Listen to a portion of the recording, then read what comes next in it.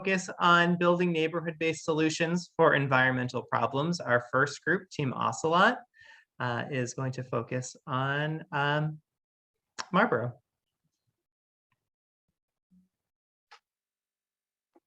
Hey, so we are Team Ocelot. Next slide. So there are 6 of us. I'm Jonah Zimmerman. I'm a soon-to-be senior, and then there's Paulo Borges and Tara Pierre are also in my grade, and then the soon-to-be juniors Eduardo Castro, Ayuba Sawi, and Valentina Ayala. And our mentors are Eric Akon and Priscilla Efrier. And we are focusing on creating more awareness on litter in the city. And we're hoping to do that by making an app where people can sort of show on a map where there is litter, and so it can be eventually cleaned up. Next slide. This is the Teens Dreams video that we just sort of explains what our project is.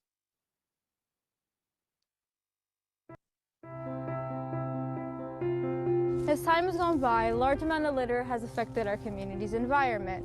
Cups, bottles, food and candy wrappers, e-cigarettes, and cigarettes are filling our streets. Not only is it disheartening to see how filthy our streets have gotten, but also concerning. Many of these parks and entertainment centers are meant for families with younger children.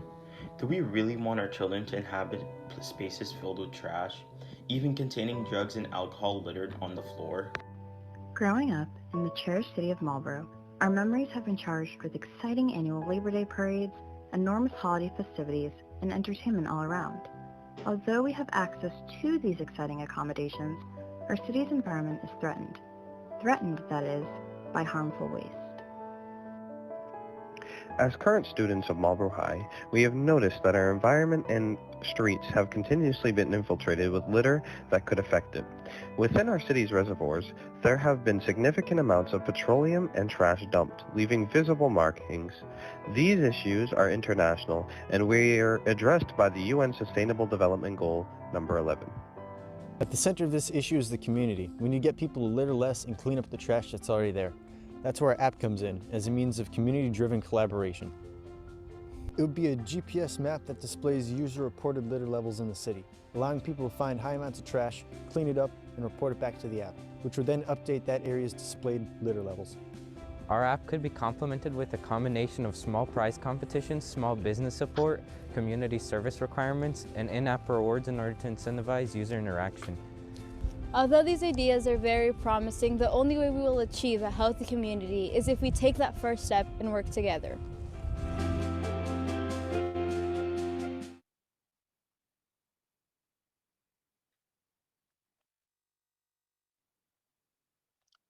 All right, so our roots of our project are that the idea would be that the app would be very useful for groups like the National Honor Society and the Boy Scouts, because both of those groups need volunteer service hours.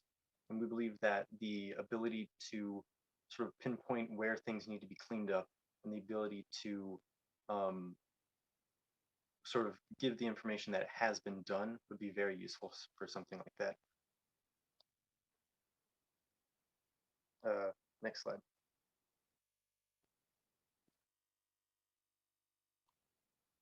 And ultimately, well, first of all, it's more about, the app would be more about awareness about this problem, because it is a problem. But then, of course, secondarily, we do want this the litter to be cleaned up. And ideally, it starts as just a citywide thing, but then it would eventually grow. Next slide.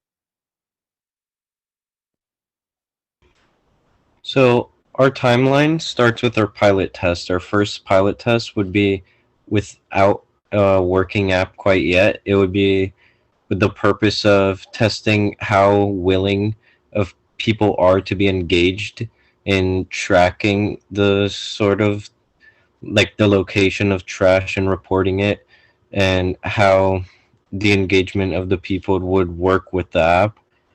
Next, we would try to get an app prototype working, like something just basic that just can do the really basic functions of reporting the trash and giving us that information, so that we can then use that for our second pilot test where we would actually get feedback on that application. And then we could iterate on the feedback we get on the data and continue to do that for a while and actually build out the app in the best way possible. And eventually, in the far future, we could potentially, depending on the success of the application, expand it to areas outside of Marlborough. Next slide. So we started out working just all as one team, I guess. Well, we are one team, but we started out working, all making decisions together, and that was okay at the beginning. We could all agree on something, but as time went on and people are busy, we had to diversify how we work together, and we ended up splitting up our team into two sections: one that works on the pilot testing and collaborating with people, and the other section of our team that focuses on our app prototype.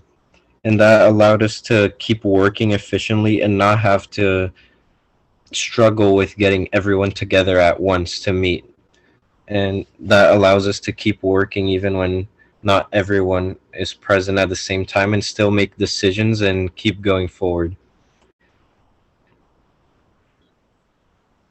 And that's it.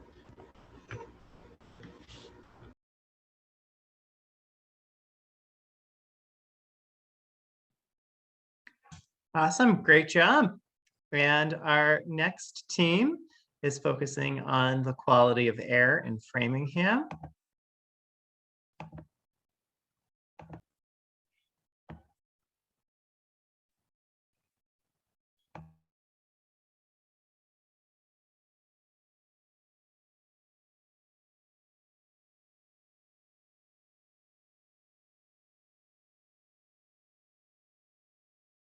Hi, we're the air pollution group. Some of of our members couldn't be here today, but today we have TJ, Esther, and Alexis.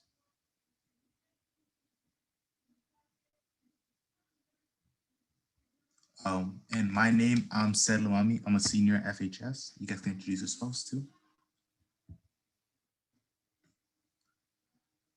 And our mentors were Akara Carter, Southern Street Cal, and Jen Willingham.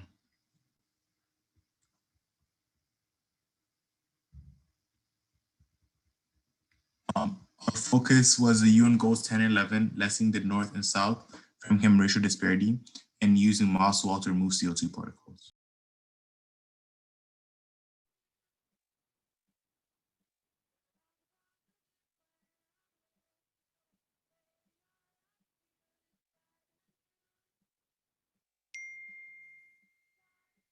Although the air quality in Framingham is not the worst, but it has the ability of getting worse, this will help the local community by maintaining the city of Framingham, and as well as lessening the risk of health issues. Our team is devoted on improving and maintaining the air quality in Framingham.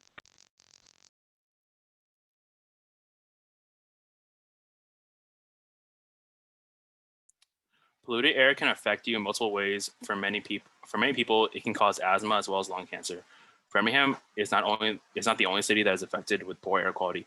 Places such as Delhi, India, and Johannesburg, South Africa, are all facing the hardships of inclining health risks. Globally, the better air quality can slow down climate change and decrease respiratory-related health risks. As you can see, before COVID, there was more pollution, but after being in lockdown, the pollution started to clear up.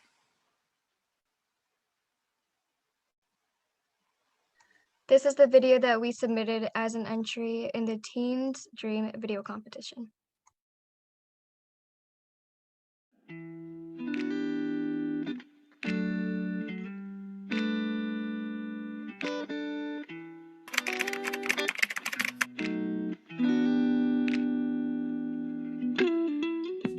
Framingham sits in the center of Massachusetts.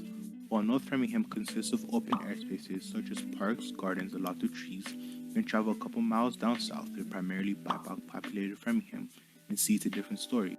As small businesses, apartment complexes dominate the area, the traffic rate in Framingham is higher than ever. 7 million people die each year due to air pollution, according to the World Health Organization. If this environmental problem is not addressed soon, it can not only affect the citizens of Framingham, but the entire world. How will we solve this problem? We plan to tackle both SDG UN Goals 10 and 11 through carbon capture. This process will allow our racially diverse South Framingham to filter out the CO2 in the air just like the North Side can. Carbon capture traps carbon dioxide at its emission source and transports it to an isolated storage location. We will capture carbon emissions by implementing MOS air filters. As stated by the Max Planck Institute for Chemistry, MOS has been shown to take up huge amounts of atmospheric carbon dioxide to fix at Earth's surface. We will measure the amount of CO2 captured by a MOS filter using Dr. Christian Tucci-Gabuche's rendered method. This method determines the estimated amount of CO2 captured annually in MOS using its total green weight and its carbon weight. The chemical composition of the CO2 will finalize the weight of carbon dioxide captured by our filters. In our 6-month time frame, we intend to propose the idea to the city for funding, calculate the CO2 captured by our MOS air filters using Dr. Gabuche's method, and encourage the spread of clean air for everyone in Framingham.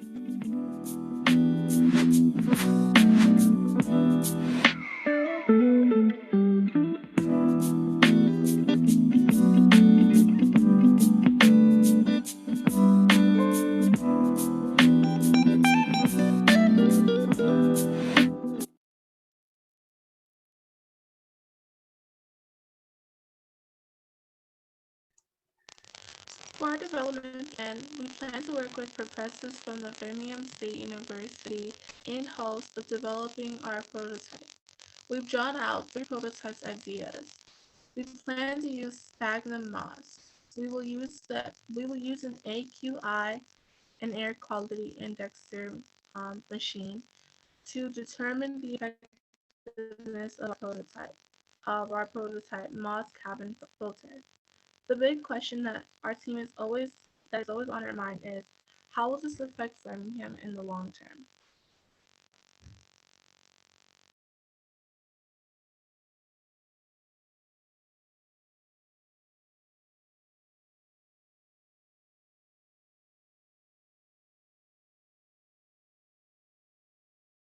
So our next steps.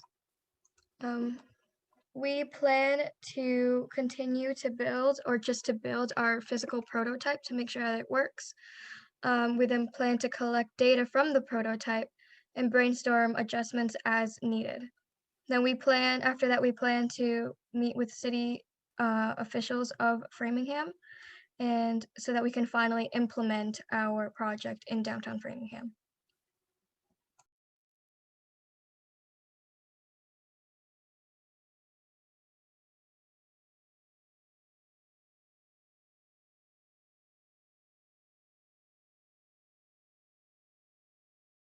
So why moss? We chose to go with moss instead of doing a garden or trees, because moss is low maintenance, cost efficient, and flexible with our city's design. Whereas a tree, while it looks nice, it will eventually grow and hurt the infrastructure of downtown.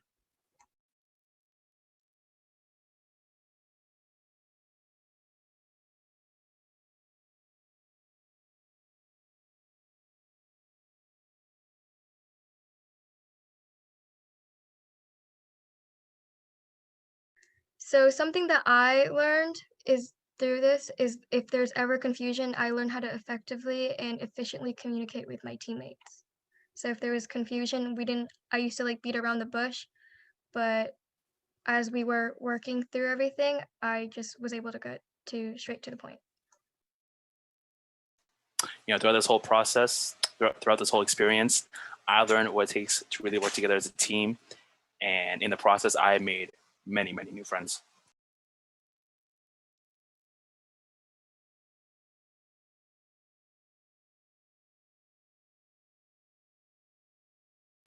Through this process, through this entire process, I learned as a team is a great success, and I have to trust my team and believe in my teammates to achieve our goal of creating something that's impactful.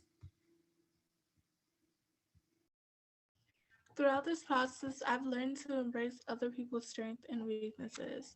That's helped me to identify my strengths and weaknesses.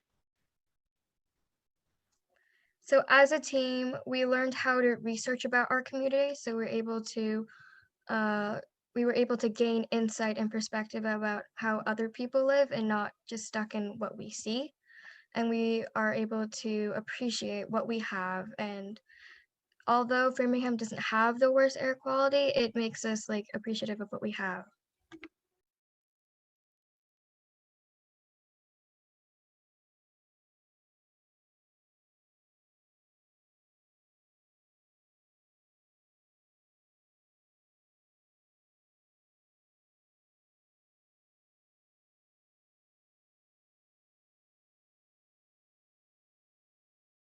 For the one last thing, I want to give a special thanks to Sligo, which helped us make the presentation.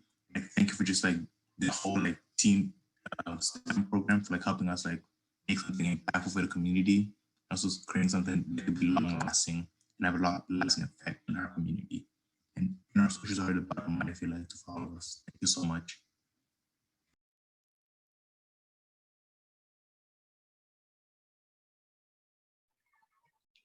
Great work. Great presentations from all teams.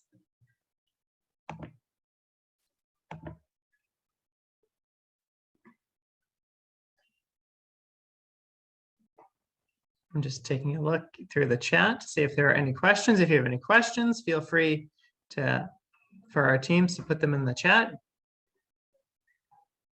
There is a question for both groups.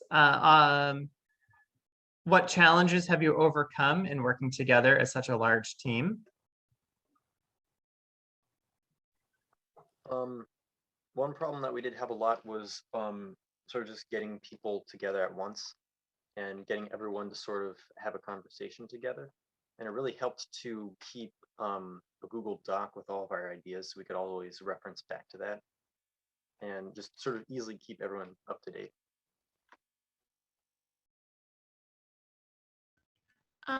For our group was kind of just working around like everyone's schedule and like making time to like meet and who was gonna work on what. And I think that kind of played in a part of like identifying our strengths and weaknesses. Great. I think this next question is for all of our teams, definitely all of our students. And the question is, how will this experience impact your approach to learning situations in the future? Could also apply to our mentors as well. Yeah, I think I'm just gonna forever approach research projects and like, I don't know, like the sort of project-based learning stuff we do at school differently now. Like, I feel like we developed such a good routine for tracking research and for working together, even online, that I think it's just gonna follow me throughout high school and like future stuff. For me, it's more of just like looking at like all aspects of like the question, and when I find an answer, kind of like looking at it like, what if this happens? So that helped me. I think a lot of this project has been making decisions for ourselves, and the mentors have really helped like us kind of figure out what we want to do, but a lot of it has been we make the decisions, we figure out like what we want to do, how we need to do it. And so gaining that independence has been difficult, but it will really, I think it'll help at least me in the future. I think this experience has definitely helped all of us with collaboration in general, but especially with accepting, constructive criticism a lot of times we would get together with like different groups and, see each other's slides, or even when we were making our videos, and we would provide feedback to each other that really helped us know, okay, here are the strengths and here are our weaknesses. That way we could build off of it. And that's just really a really important life skill.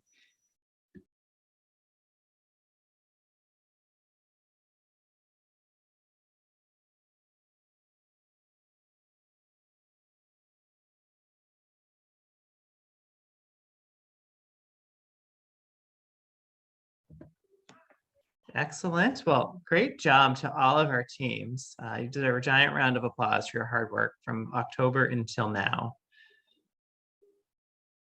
I think, having watched all of you, I think the biggest part that I really liked was all of our rounds of feedback. I think the feedback that you were able to provide both to your teammates and to the other teams is definitely a great skill that you developed from our first time with our draft videos to our final presentations. I think that was a great skill development, the ability to provide clear and valuable feedback to your teammates.